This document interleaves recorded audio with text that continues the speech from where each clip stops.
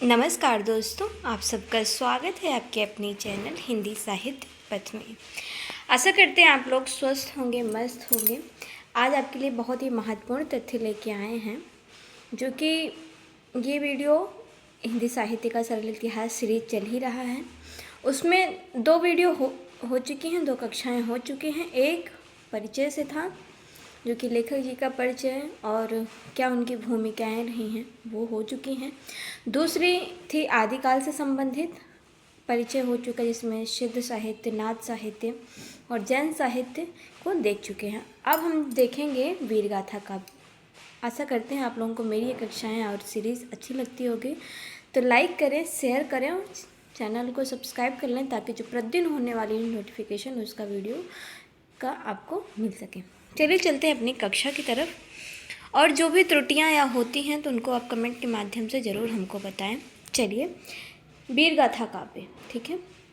पंडित रामचंद्र शुक्ल ने आदिकाल के तृतीय प्रकरण को वीरगाथा काल कहा है। बहुत ही महत्वपूर्ण तथ्य है कि शुक्ल जी ने आदिकाल का परिचय किस प्रकरण में इन्होंने वीरगाथा काल, तो आप ध्यान दें मोस्ट कि तीसरे प्रकरण में इन्होंने वीरगाथा काल का वर्णन किया है, क्योंकि आदिकाल इन्होंने 4 प्रकरण में किया है और तीसरे प्रकरण में इन्होंने वीरगाथा काव्य को बताया है।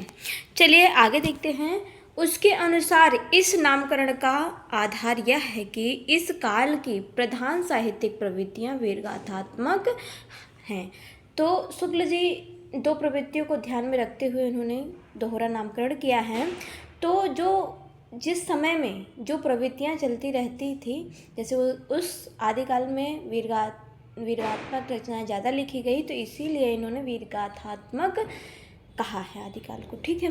शुक्ल जी ने इस काल की प्रधान साहित्यिक प्रवृत्तियों की पहचान जिन 12 ग्रंथों के आधार पर की है वो इस प्रकार है। आप देखेंगे आगे कि इन्होंने कौन से वो 12 ग्रंथ थे इन्होंने आदिकाल को वीरगाथा काल कहा है। तो पहला है विजयपाल रासो, दूसरा है हम्मीर रासो, तीसरा है कीर्तिलता, चौथा है कीर्ति पताका, 5वां है खुमार रासो, 6वां है विशल देव रासो, 7वां है पृथ्वीराज रासो, 8वां है जयचंद्र प्रकाश, 9वां है जयमंगल चंद्रिका, 10वां है परमाल रासो, 11वां है खुसरो की पहेलियाँ और 12वीं रचना है विद्यापति की पदावली। मोस्ट लगा के रखें, अक्सर इंटरव्यू में भी पूछे जाते हैं कि वीरगाथा काल क्यों कहा गया, किनको आधार लिया गया है। तो इन सारे जितने ग्रंथ हैं वीरगाथात्मक, इनको आप ध्यान में रखें। तो विजयपाल रासो, हम्मीर रासो, कीर्तिलता, कीर्ति पताका, खुमान रासो, विशल देव रासो, पृथ्वीराज रासो, जयचंद्र प्रकाश, जयमंगल चंद्रिका, परमाल रासो, खुसरो की पहेलियाँ और विद्यापति पदावली। आगे देखते हैं। इनमें से विद्यापति की रचनाएं 14वीं 15वीं शताब्दी, मतलब जो कीर्तिलता, कीर्ति पताका और इनकी पदावली पाई जाती है वो कब पाई जाती है, तो 14वीं 15वीं शताब्दी में। अर्थात कीर्तिलता, कीर्ति पताका और पदावली तथा और नरपति नाल द्वारा रचित विशल देव रासो प्रामाणिक रूप से उपलब्ध हैं। तो ये जो जितनी रचनाएं हैं ये प्रामाणिक रूप से उपलब्ध हैं, इनके कहीं न कहीं ग्रंथ संग्रहित मिलते हैं। तो कीर्तिलता, कीर्ति पताका अभी संपादित होकर प्रकाशित नहीं हुई है। विशल देव रासो का पाठ माता प्रसाद गुप्त द्वारा संपादित किया गया। आपसे पूछ लिया जाए कि विशल देव रासो का जो पाठ किसने संपादित किया, तो आप ये ध्यान में रखें किसने किया है, डॉक्टर माता प्रसाद गुप्त ने किया है। कुछ लोग इसे 13वीं सदी की मानते हैं और कुछ लोग 17वीं 16वीं सदी की मानते हैं। जगनीकृत परमाल रासो आल्हा के रूप में पहचाने, बहुत ही मोस्ट बात है। तो जगनिक की रचना जो परमाल रासो है उसे आल्हा के रूप में पहचाना जाता है, या आल्हा खंड भी कभी कभी परीक्षाओं में दिया रहता है कि आल्हा खंड किसकी रचना है। तो आप ये ध्यान में रखें, चाहे आल्हा खंड पूछा जाए चाहे परमाल रासो पूछा जाए, तो ये किसकी रचना है, जगनिक की है। चलिए आगे। आल्हा लोकगान है। आल्हा क्या है, लोकगान है। अतः यह विभिन्न क्षेत्रों में विभिन्न रूपों में गाया जाता है। जो ये आल्हा खंड विभिन्न क्षेत्रों में, जैसे बुंदेल में ज़्यादा ही फेमस है, तो ये गाया जाता है अलग अलग क्षेत्रों में। जगनिक संभवतः परमाल और पृथ्वीराज के समकालीन 12वीं शती के थे। विजयपाल रासों के रचयिता का नाम नल सिंह है। आप ध्यान में रखें, विजयपाल के रचयिता कौन है? नल सिंह है। इसमें जो लड़ाई विजयपाल ने पंग राजा से की थी उसका वर्णन किया गया है। मिश्र बंधुओं ने इसका रचना काल 14वीं शती ही माना है। भाषा शैली पर विचार करने से पहले यह प्रवृत्ति लगती है हमें रासो, जयचंद्र प्रकाश और जयमेंगस चंद्रिका उपलब्ध नहीं है। हमेर विषयक एक पद्य प्राकृत पैंगलम में मिलता है कि जिसके बारे में पंडित रामचंद्र शुक्ल का यह विश्वास है कि वह हमेर रासों का ही है। कुमार रासों के रचयिता दलपत विजय हैं। आप ये भी ध्यान रखें, कुमार रासों किसकी हैं? दलपत विजय की। बहुत बार पूछी जाती है विजयपाल रासो, कुमार रासो, विशल देव रासो किसकी रचनाएं हैं, तो आप ये ध्यान में रखें। कुमार रासो किसकी है? दलपति विजय की। हम मोस्ट लगा के रखें। तो आगे देखते हैं। इसमें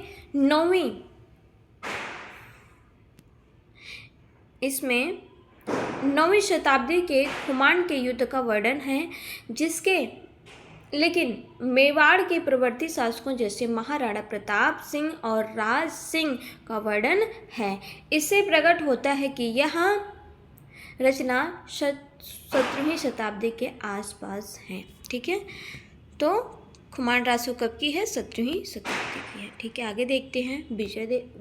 पृथ्वीराज रासो को मोस्ट है। किसकी रचना है? पृथ्वीराज चंद्रवरदाई की है। पृथ्वीराज रासो आदिकाल का सबसे प्रसिद्ध काव्य मोस्ट है, पूछा जाता है ये। तो प्रसिद्ध काव्य है। इस काव्य का रचना काल और इसका मूल रूप सर्वाधिक विवादास्पद रहा है। ठीक है, इसके रचयिता चंद्रवरदाई पृथ्वीराज रासो के अंतरंग बताए जाते हैं। प्राच्य विद्या के यूरोपीय पंडितों ने इस ग्रंथ से मध्यकालीन इतिहास पर पर्याप्त प्रकाश डालने की आशा बांध रखी थी। इसलिए डॉक्टर बुलर को जब यह पता चला कि रासों की तिथियां, व्यक्तियों के नाम, घटनाएं आदि इतिहास सम्मत नहीं है, तो उन्होंने तत्काल इस ग्रंथ को न प्रकाशित करने की सिफारिश की। इसकी प्रामाणिकता पर संदेह करने वाले विद्वानों में गौरी शंकर, हीराचंद्र ओझा, रामचंद्र शुक्ल आदि भी हैं। तो इन्होंने पृथ्वीराज रासो को किसने अप्रामाणिक माना है? तो गौरीचंद्र ओझा, रामचंद्र शुक्ल। आप ध्यान में रखें। बाबू श्याम सुंदर दास और मोहनलाल विष्णुलाल पंड्या इसे प्रमाणिक मानते हैं। मोस्ट बात, कौन अप्रामाणिक माना, कौन प्रमाणिक माना, आप ये चीज़ ध्यान में रखें। आगे देखते हैं। महामहोपाध्याय गौरी शंकर ओझा के अनुसार पृथ्वीराज रासो 16वीं विश्व संवत के आसपास लिखा है। ठीक है, तो जो गौरी शंकर ओझा है वो पृथ्वीराज रासो का समय क्या मानते हैं? 1600 विश्व संवत। इसकी ऐतिहासिकता की खोज अब बंद कर दी गई है। इधर हाल ही में मुंजिन विजय ने पुरातन प्रबंध संग्रह के एक अंश जयचंद्र प्रबंध के 4 छप्पियों की ओर ध्यान आकृष्ट कराया है, जो वर्तमान में रासों में भी उपलब्ध मिलते हैं। तो ये जो इनकी रचना है मुंजिन विजय की पुरातन प्रबंध संग्रह, जो कि एक जयचंद्र प्रबंध नाम से 4 छप्पियों का है, वो किस में मिलता है? रासों, मतलब पृथ्वीराज रासों में मिलते हैं।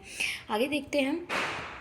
पुरातन प्रबंध संग्रह का संकलन काल संभवतः 15वीं शती है। इससे यह प्रकट होता है कि 15वीं शती से पूर्व चंद्र नामक कवि ने पृथ्वीराज रासो पर कोई काव्य नहीं लिखा है, जिसके कुछ अंश वर्तमान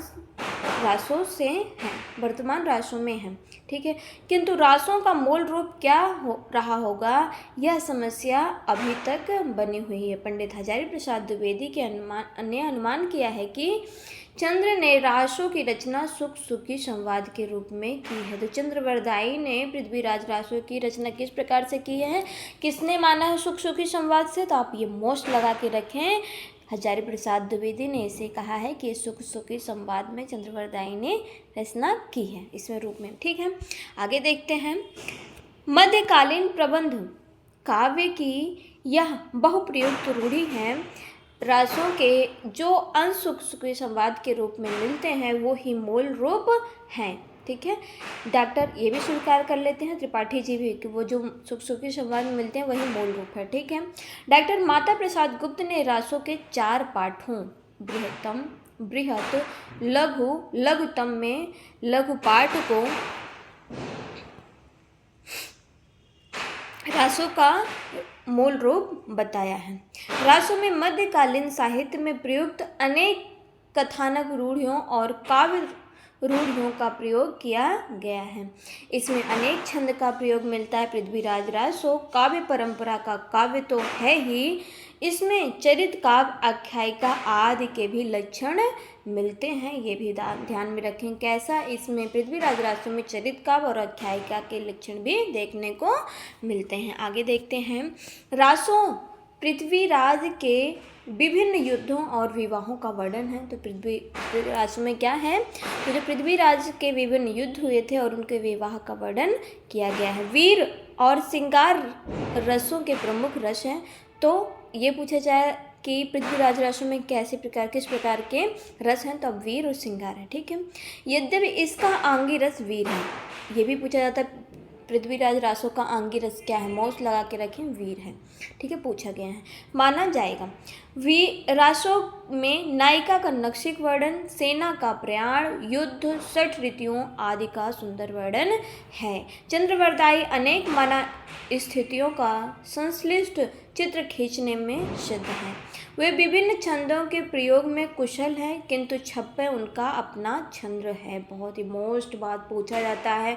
अभी पीजीटी के PYQ कराए गए हैं, उसमें देखिए ना, पूछा गया है प्रश्न, छप्पयों का राजा किसे कहा जाता है? किस ग्रंथ को? तो पृथ्वीराज रासो को कहा जाता है। चंद्रवरदाई की रचना। ठीक है, छप्पयों का राजा। ठीक है, चलिए आगे चलते हैं, देखते हैं, एक छप्पे देखते हैं। तो रासो के एक खंड कैमास वध का छप्पा इस प्रकार है। आप हमको कमेंट करके बताएं कि पृथ्वीराज रासो में कितने खंड हैं। ठीक है, तो उस खंड में कैमास कितने खंड हैं और कितने छंद का प्रयोग किया गया, दोनों ही कमेंट करके बताएं, बहुत मोस्ट है। तो नहीं तो हम आपको पिन करके देंगे टेक्स्ट में। ठीक है, आप हमको तब तक कमेंट करके बताएं। रासो के एक खंड कैमास वध का छप्पा इस प्रकार है। एक वान पुहवी नरेश कै माशह मुक्कौ उर उपरि परिहरौ वीर कसकत चुक्कौ वीयु बान संधान हनौ सोमेश्वर नंदन गाडौ करि निगह्यु शनियु सोदौ संभरि धनि थर दंडी न जाई अभाग्यों गरहि गहौ जुगुन शरों। इम जंपई चंद विरदिया सो कहा निमिठे ए प्रलो। ठीक है, आगे देखते हैं अगली रचना पे। विशल देव रासो में इन्होंने बहुत अच्छा वर्णन दिया है पृथ्वीराज रासो का, थोड़ा सा ही दिया, बहुत अच्छा दिया है। तो पृथ्वीराज रासो के रचयिता का नाम नरपति नाल है। मोस्ट लगा के रखें, इनके रचयिता कौन है। अक्सर परीक्षाओं में क्रम लगाने के लिए या फिर जो है मैच करने के लिए दे दिया ही जाता है, तो इसलिए मैं ज़्यादा जोर दे रही हूँ कि आप रचना और रचनाकारों के नाम से परिचित रहें। और कहीं अगर हो सके तो आप नोट्स में शॉर्ट नोट्स आप लगा लिख ले रख लें, ताकि आपको आसानी रहेगा। जो आप पढ़ते वक्त नोट्स में नोट डाउन कर लोगे वो याद ही रहता, वो जल्दी भूलता नहीं, कुछ ना कुछ तो माइंड में रहता ही है। तो पाठ के अनुसार ग्रंथ की रचना संवत 1212 अर्थात 1155 ईस्वी में हुई थी, किंतु श्री मोतीलाल मेलानिया के अनुसार इसकी रचना 16वीं शताब्दी में हुई होगी, ऐसा मानते हैं। मोतीलाल मेलानिया में हुई होगी। विशल देव रासो में संगभरी नरेश विशल देव और भोजमार परमार की पुत्री राजमती के विवाह वियोग पुनर्मिलन का वर्णन है।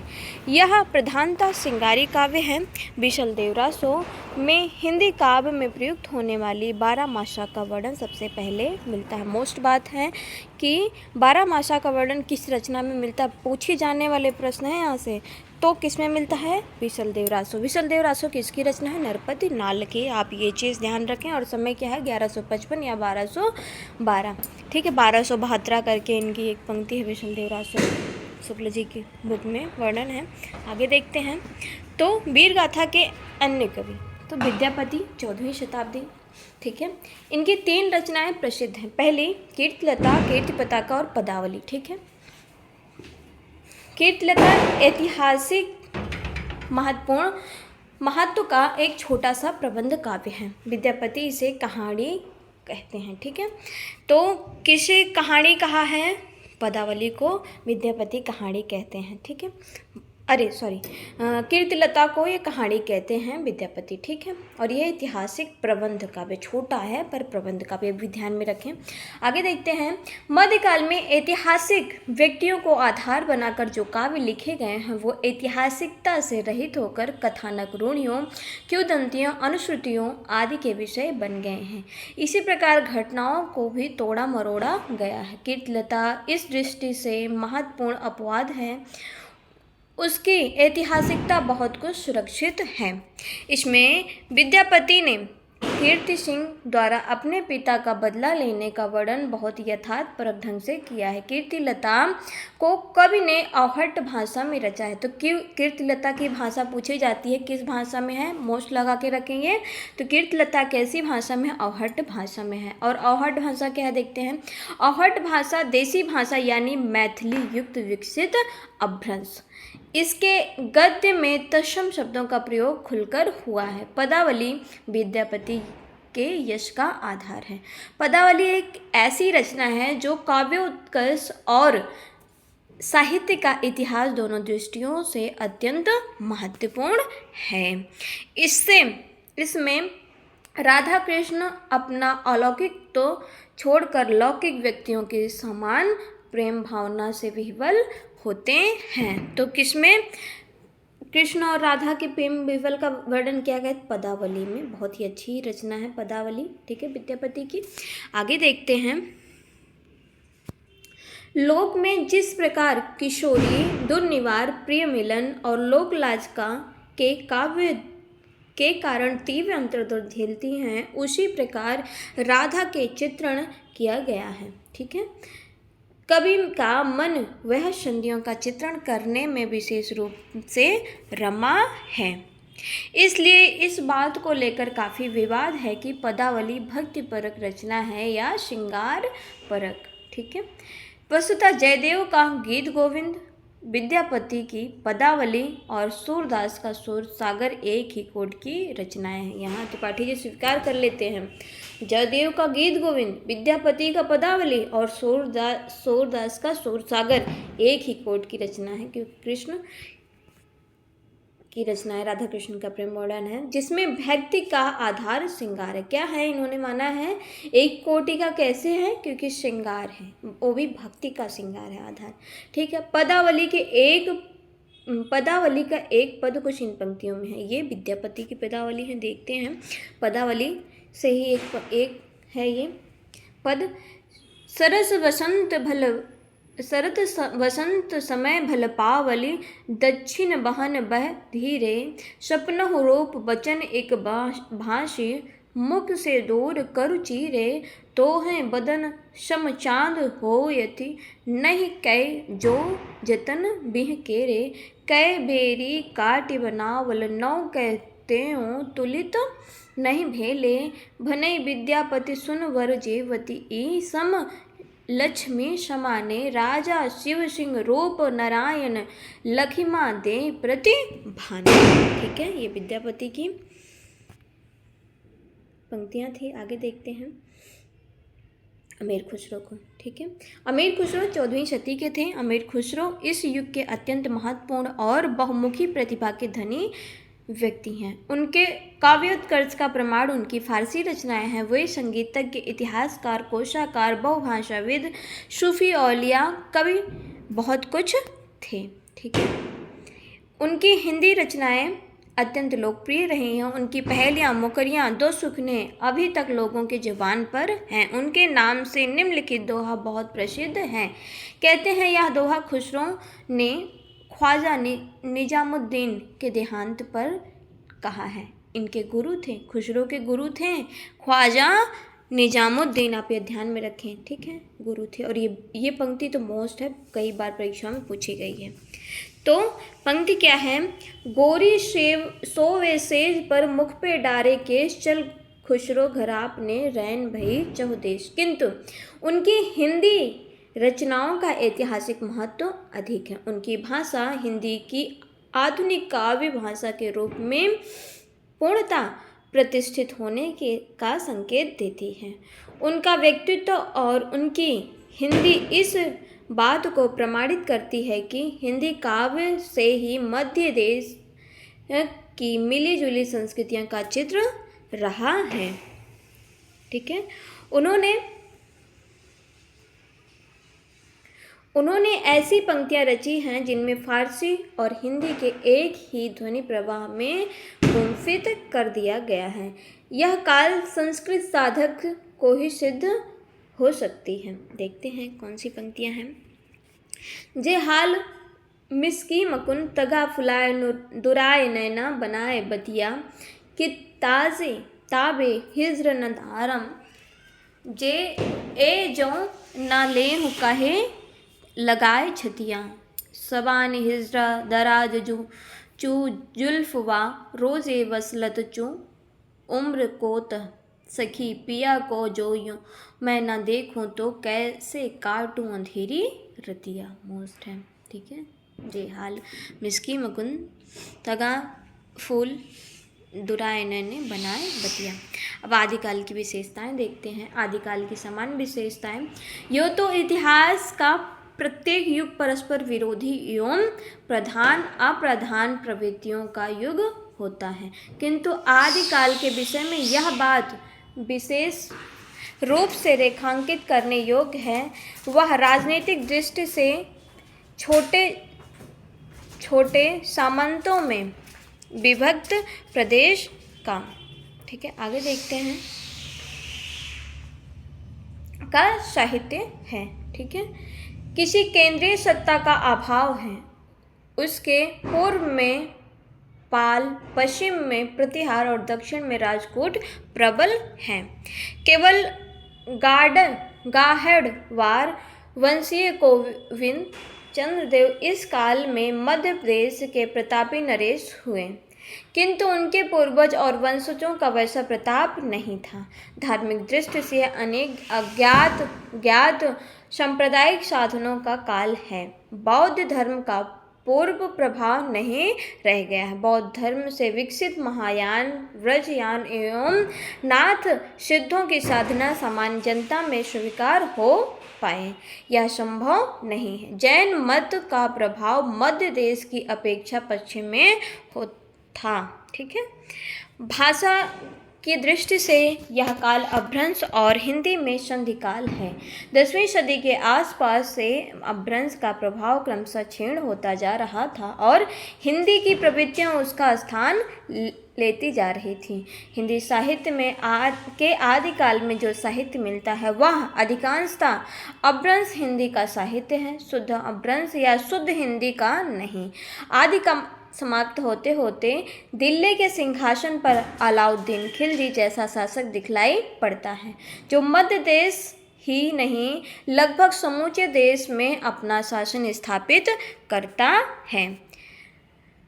विद्यापति, खुसरो की रचनाएं एवं उक्त व्यक्ति प्रकरण जैसी कृतियों में आधुनिक भारतीय आर्य भाषाओं का रूप स्थापित दिखलाई पड़ता है। उधर धार्मिक क्षेत्रों में महान भक्ति आंदोलन छोटी छोटी साधनाओं का सार ग्रहण करके धर्म को लोक का व्यापक क्षेत्र प्रदान करता है।